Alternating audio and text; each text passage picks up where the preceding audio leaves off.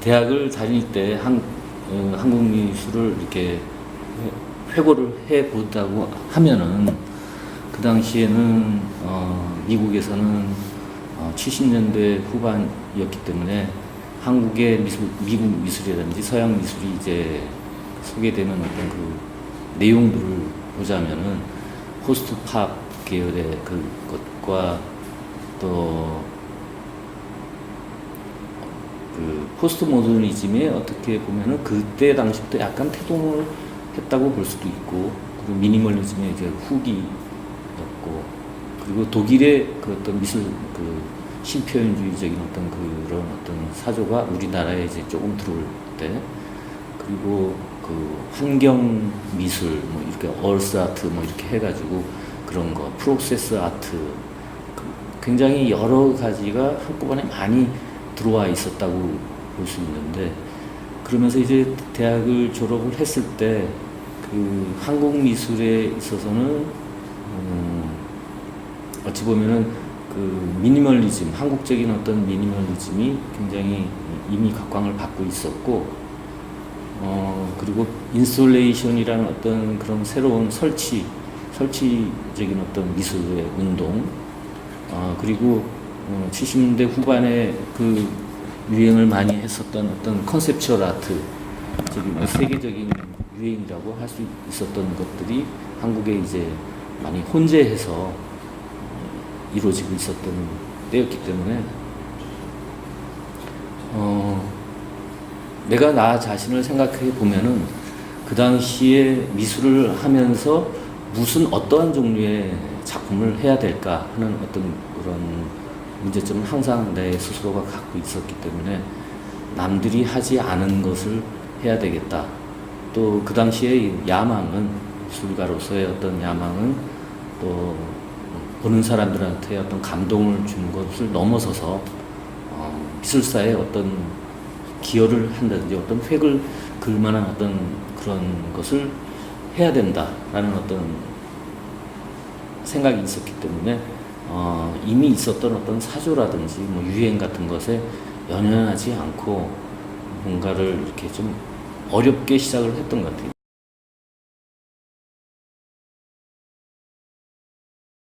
이 재료를 20몇 년간 하게 되는 어떤 매력적인 요소가 있었는데, 그것은 이 시퀸이 가지고 있는 어떤 플라스틱이라고 하는 어떤 성격이 굉장히 직물적이고 굉장히 값싼 어떤 재료 자체는 싸지는 않지만은 뭐 그렇다고 해서 비싼 것도 아니고, 어쨌든 속물적인 어떤 취향을 가진, 그리고 우리가 흔히 얘기하는 어떤 반무대 가수라든 어떤 그것이 너무 이렇게 많이 인용이 되긴 하는데, 이제 그런 속성이라든지 그런 걸 통해서 우리가 얘기하는 어떤 또 다른 세계의 예술이라고 하는 어떤 차원의 고급 미술에 어떤 해당되는 어떤 그런 내용도 담을 수 있지 않을까 하는 어떤 그런 것 때문에 이제 그 재료를 이제 써봐야 되겠다라는 생각을 했어요. 내가 작업을 하는 그 방향 중에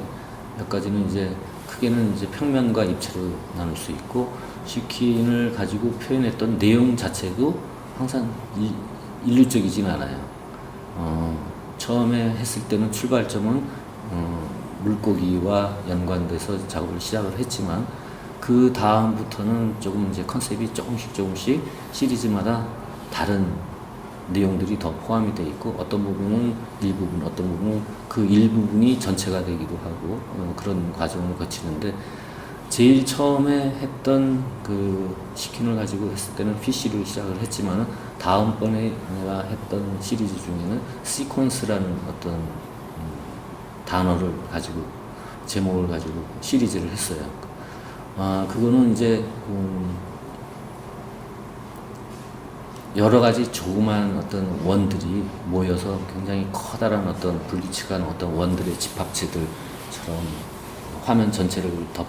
작품이기도 하고 또 화면에 여백을 남겨놓기도 하고 한 작품인데 그것을 보면 이제 작은 원들이 모여서 굉장히 커다란 어떤 군집적인 원이라든지 원이라고 하기에는 좀 그렇지만 원에서 출발하는 어떤 그런 형상들이죠. 그래서 그것들이 굉장히 그 볼록볼록 튀어나오고 들어가고 뭐 이렇게 한 어떤 그런 걸 통해서 내가 아까 얘기한 어떤 작업의 과정에서 시간의 궤적을 나타내주는 어떤 결과물이라든지 앞이 있으면 전이 있으면 후가 있는 어떤 그런 개념으로 작업의 과정에서의 어떤 개념을 드러내고 싶었고 많은 어떤 작은 것들이 집적이 돼서 또 다른 형태들을 만들고 하는 어떤 결과물들 그 결과물들이 어떻게 보면은 초현실주의적인 어떤 이상한 형태가 될 수도 있고 뭐 우리가 일상적인 생활에서 결코 보지 못했던 그런 어떤 모양들을 자아낸다고 할까? 그래서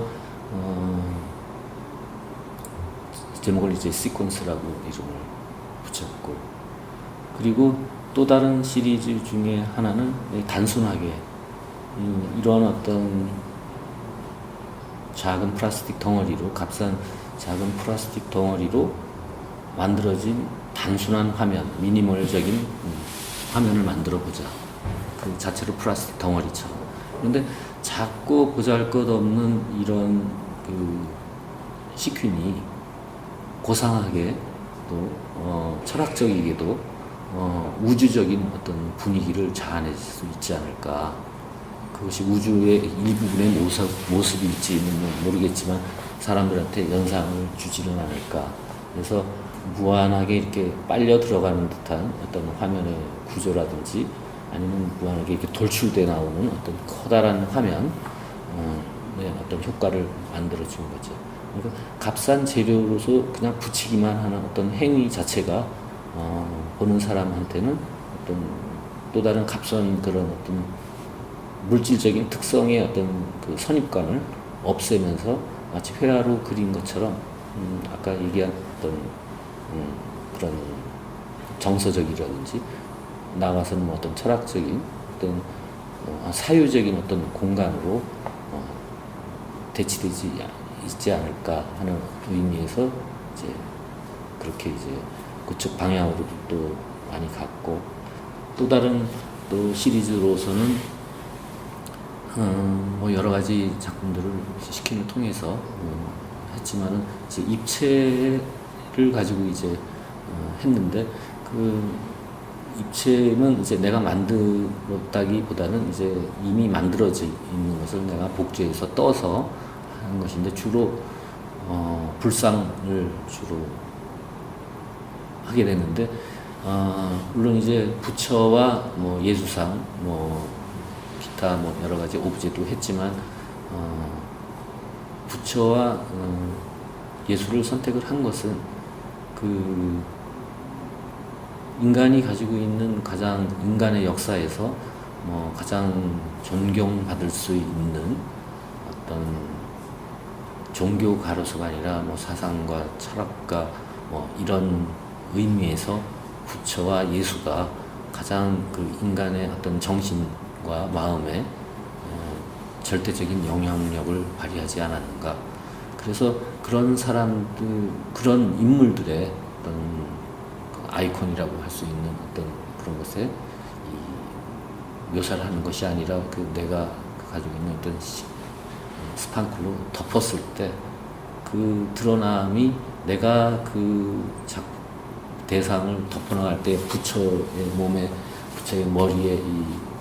시간과 노력을 투자를 해서 감아나갔을 때 그 결과물로 이루어진 부처가 우리가 생각하고 있는 관념적인 어떤 다른 도상에서 드러난 부처와 얼마나 다를 것인가. 또 그렇게 값싸게 내가 이 인물들의 정신과 모든 종교적인 어떤 우상으로서의 우상 숭배 같은 마치 그런 행위처럼 하는 것이 종교에 영향을 미치는가 하는 어떤 문제에 대해서 얘기를 한 거죠.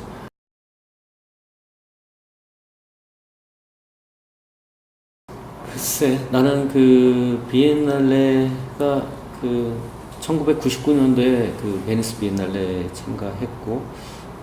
또 세비야 비엔날레도 참가했지만은 그 비엔날레가 한참 유행했을 때가 아마 1999년도 그 정점을 찍었다고 생각을 해요. 그 이후에 이제 우리나라도 광주 비엔날레도 있고 뭐 여러 가지 비엔날레가 많이 세계적으로 많이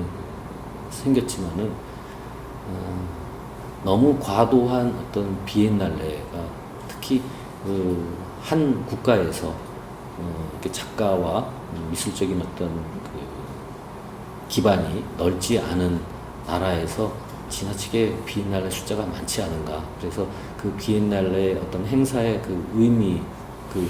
효과를 각각의 그 효과를 좀 반감시키지 않는가 그런 생각을 가지고 있어요. 그래서 광주 비엔날레도 있고 부산 비엔날레도 있고 각각의 어떤 도시적인 어떤 특색과 성향을 보여주는 비엔날레도 아니고 전체 한국 미술과 세계 미술을 어떤 특정한 도시에 알리는 어떤 효과가 아니고 또 세계적인 어떤 많은 관광객들과 미술 관계자들이 그 비엔날레를 보기 위해서 오는 인프라도 제대로 확립이 안 된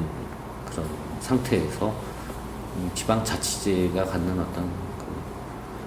폐단이라고 할까? 그렇게 또 생각이 돼요. 물론 이제 그 자체가 지방에서 광주나 부산이나 뭐 서울이든 어쨌든 어떤 한 지역의 미술가들을 위해서는 좋은 행사임에도 불구하고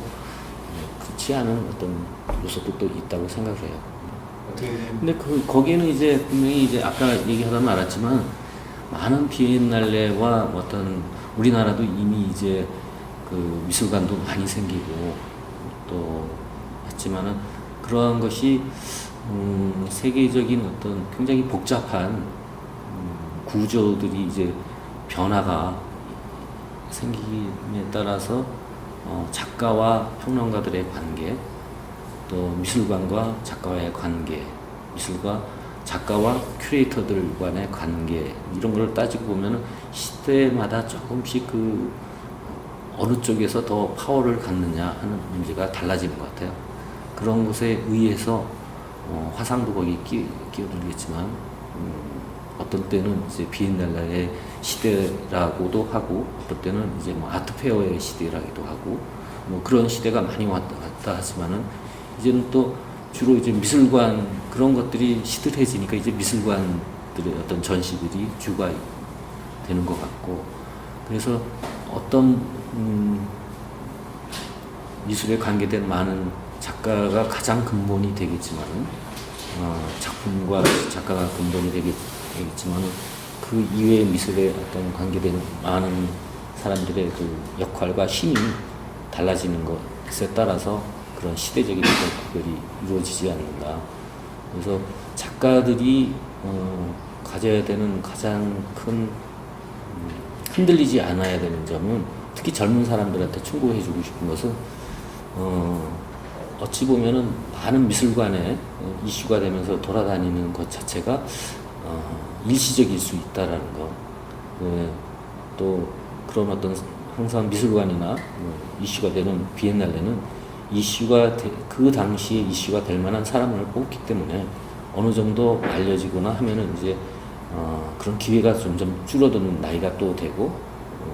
거기에 맞추어서 끊임없이 이슈를 만들려고 노력하다 보면은 나중에는 뭐 아무것도 아닌 작가처럼 한 인생을 통틀어서 작가 생활을 통틀어서 많이 비엔날레나 미술관이나 뭐 이렇게 불려 다녔지만 결국은 남는 것이 별로 없는 작품 세계를 따졌을 때 깊이가 없는 색깔이 없는 그런 것에 대한 위험성도 있다고 생각을 해요. 물론 다 그런 건 아니고 대부분은 안 그렇지만은 그런 위험성이 굉장히 많다고 생각합니다.